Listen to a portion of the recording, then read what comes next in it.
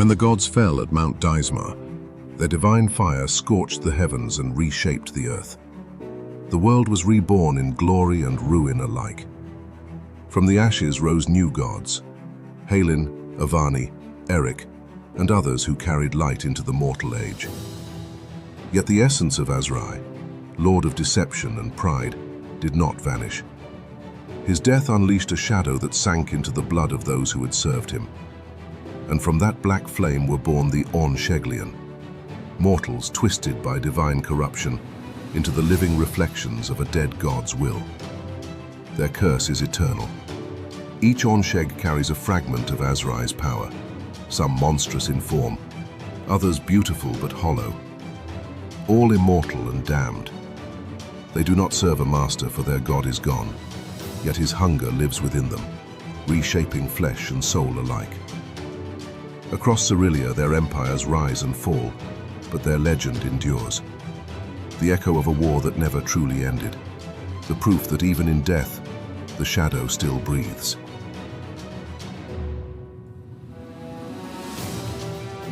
When the gods perished, the fire of creation poured into the world, mingling with mortal blood. Those who stood nearest the divine became Scions, beings touched by godly essence, heirs to the virtues and powers of the fallen.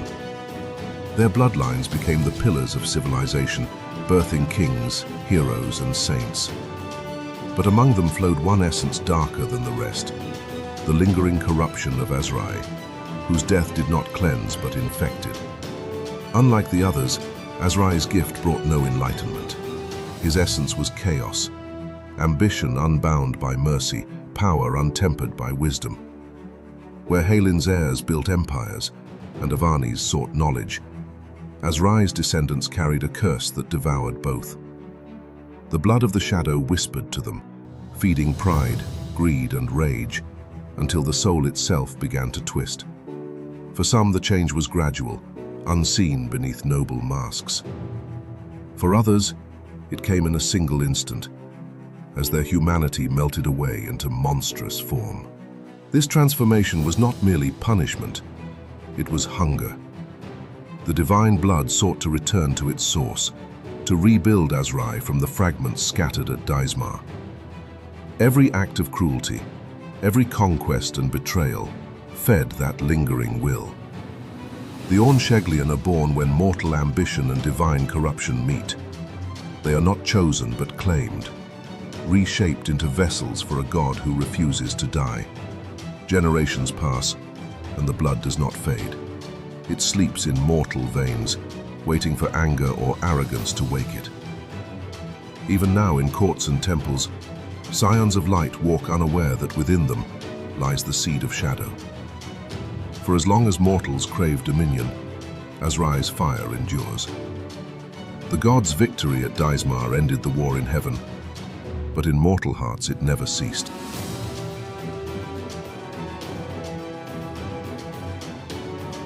Among all who carry the taint of the shadow, none are feared like the Gorgon. His name is a curse, his shadow a prophecy. Once he was Raesene, firstborn of the Andu, half-brother to Awnsheghlien and Roller, destined for greatness, but denied it. Taller and stronger than any man, his might was unmatched, yet his heart burned with resentment. When his divine kin rose to glory, he was left only with pride, the crack through which Azrai's power would seep. At Mount Deismaar, Raesene fought beside his brothers, not for faith but for renown. When Azrai fell, the dying god's essence surged through the battlefield, light and shadow, creation and ruin. Raesene stood too near. The dark flame entered him, hardening his flesh to stone and twisting his heart to iron. His eyes turned to orbs of death, capable of petrifying with a single gaze. The man who might have ruled became the monster who would never die. In the centuries that followed, he withdrew to the Iron Peaks, raising the fortress of Calcitharak, a citadel carved from volcanic rock and shadow. From his throne, he forged the Gorgon's crown, a realm of tyranny and terror. He has crushed armies, slain kings, and absorbed the divine essence of countless scions, each death feeding the hunger within him.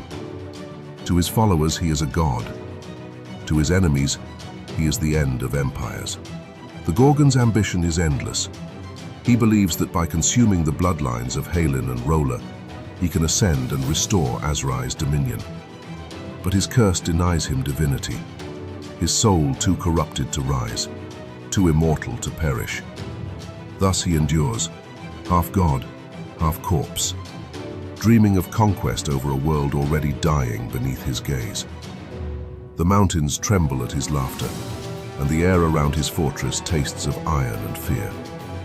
For as long as he lives, the shadow still reigns.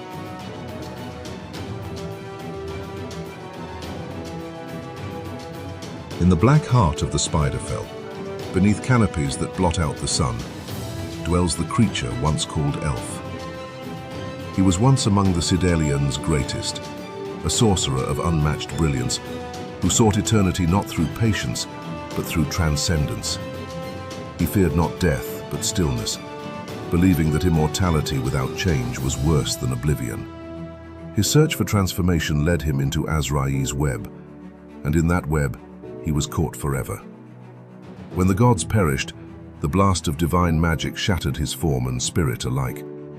His flesh warped, his thoughts splintered, and his name was lost. Now, he is the Spider, a vast, half-divine monstrosity whose lair is both body and soul, a labyrinth of web and bone where time itself bends. The Spiderfell grows with him. Its trees thicken into walls, its Mabahil warps into chaos. Those who enter do not return, those who hear his voice go mad. Yet within the monster, a trace of the elf remains. Sometimes in the endless dark, he remembers who he was, the songs, the stars, the forest before the war. He weeps, then hungers again. Scholars who study him say he is the purest form of Azrai's curse, not death, but distortion. He did not fall by malice, but by desire, the yearning to be more than he was. The gods answered his wish in the cruelest way. The spider's power lies not only in body, but in the Mabahil that floods his domain. Spells unravel in his presence, illusions breathe and dreams take flesh. Some claim that his mind stretches across ages, that his web touches every place where magic still trembles with the memory of Deismaar. In this, he is a reminder that corruption can be as much curiosity as cruelty, the slow unraveling of wonder into madness. He endures because he cannot end. His web binds not just prey, but time itself. And so he waits, ancient and blind, whispering to the forest, a god in fragments dreaming beneath the trees.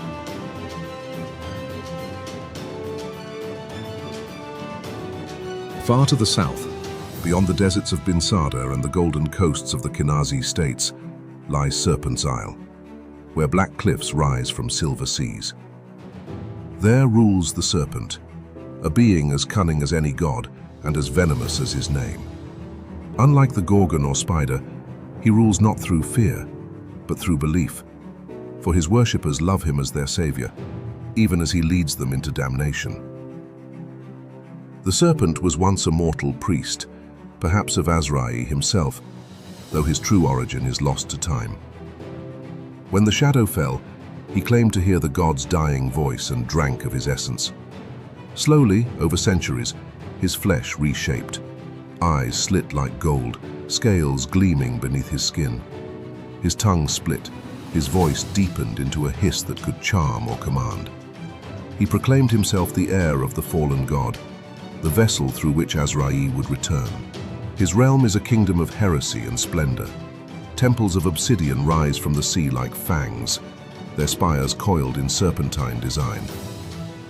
His priests preach that the gods are liars, parasites who live on mortal worship, and that only by embracing shadow can man be free. The Serpent's charisma is legend.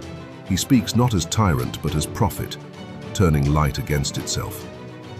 Many have come to slay him and left as his disciples. Unlike the brute might of the Gorgon, the Serpent's power is subtle. He conquers hearts before he conquers nations. He commands storms, beasts and illusions with equal grace, weaving truth and falsehood into the same silken strand. Some say he truly believes his own doctrine, that Azrai never died, but lives within him, waiting for the world to believe again. Others say he knows the lie and loves it. To the faithful, it makes no difference. Their God speaks and they obey. The Serpent is not the strongest of Azrai's heirs, but he may be the most dangerous. For he proves that the shadow does not need armies or monsters to endure, only conviction. His gospel spreads like poison, soft and sweet, and even the holiest light cannot burn it away completely. On the southern seas, when storms whisper with human voices and the waves seem to pulse with breath, sailors say the Serpent is dreaming, and when he wakes, the gods themselves will tremble.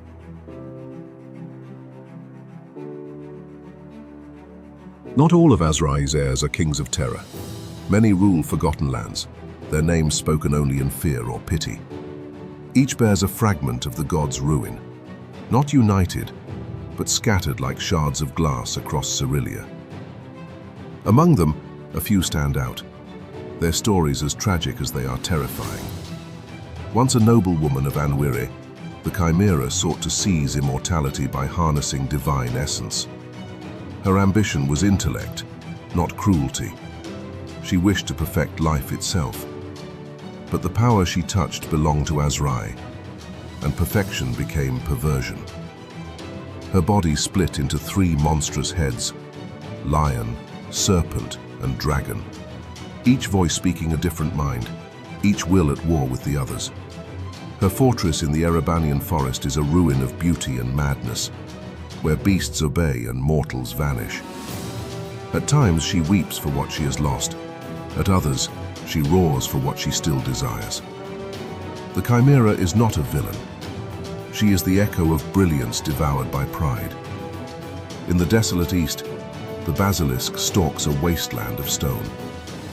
Once a proud warlord, he was struck by the curse of Azrai's blood during battle, his body turning to living rock. His eyes petrify all who meet them, and his breath spreads death like frost. Yet he is no mindless beast.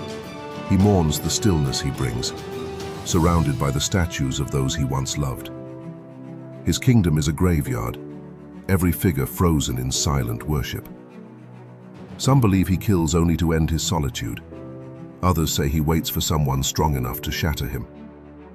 In the ruins of an ancient temple, the Sphinx dwells in solitude, her body that of a lion with wings of gold, her face that of a sorrowful woman. She remembers every secret ever spoken, burdened by knowledge too vast for sanity.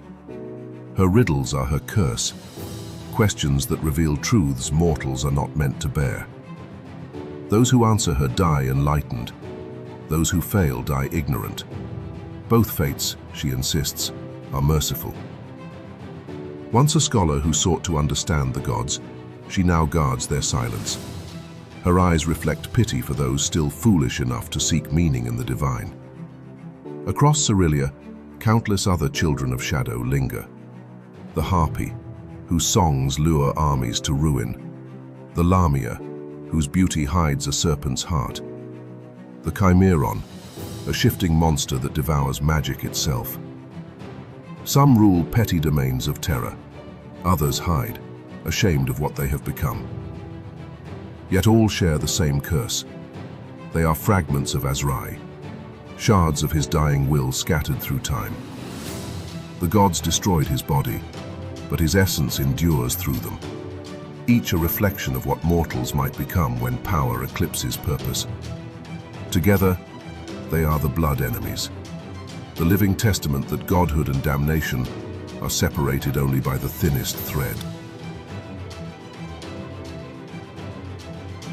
The awnsheghlien are the wounds left on Cerelia when Azrai died, fragments of a god that refused to fade. In the Gorgon's crown, in the Spiderfell, on Serpent's Isle, and in 100 forgotten lairs, that shadow still walks in flesh, twisting mortal bloodlines into monsters and turning human ambition into something far older and colder. As long as Scions bear the blood of the gods, The war that ended at Mount Deismaar is never truly over. It simply moves from the heavens into the hearts of kings, heroes, and things that no longer call themselves either. In our next journey, we leave Cerelia behind and step into an entirely different kind of battleground. A world where the struggle for power is not fought across wild frontiers, but within a single, endless city. From the tangled alleys and spires of Ravnica, where 10 ancient guilds rule streets, law, and magic beneath a web of oaths and secrets, we'll trace how a plane-wide metropolis replaces gods and bloodlines with pacts, politics, and the magic of the Guild Pact itself.